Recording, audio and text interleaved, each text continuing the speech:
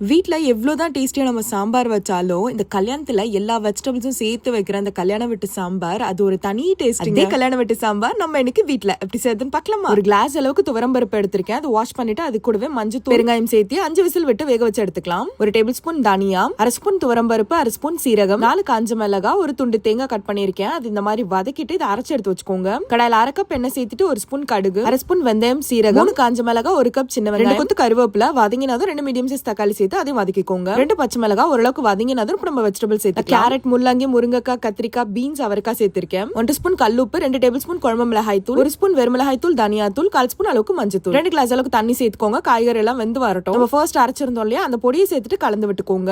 ஒரு சின்ன நெல்லிக்காய் சைஸ் அளவுக்கு புளி தண்ணி எடுத்திருந்தேன், அதை சேர்த்துக்கலாம். இப்போ நம்ம வேக வச்சிருந்த பருப்போடு 1 கிளாஸ் அளவுக்கு தண்ணி சேர்த்துக்கலாம். 1/4 ஸ்பூன் அளவுக்கு பெருங்காயம் சேர்த்துக்கோங்க. 1/2 ஸ்பூன் அளவுக்கு நான் நாட்டு சக்கரை சேர்த்திருக்கேன். நீங்க வெல்லமும் சேர்த்துக்கலாம். 1 ஸ்பூன் நெய், கை நிறைய கொத்தமல்லி சேர்த்துக்கோங்க. நல்லா கொதி வந்ததும் ஆஃப் பண்ணிடலாம். அவ்வளவுதாங்க. நல்லா சுட சுட சோறு போட்டு மேல அந்த குழம்பு ஊத்தி கூட அப்பளம் வச்சு சாப்பிட்டீங்கன்னா டேஸ்ட் வேற லெவல்ல இருக்கும். கண்டிப்பா ட்ரை பண்ணுங்க. மறக்காம நம்ம பேஜ் ஃபாலோ பண்ணிக்கோங்க. பாய்.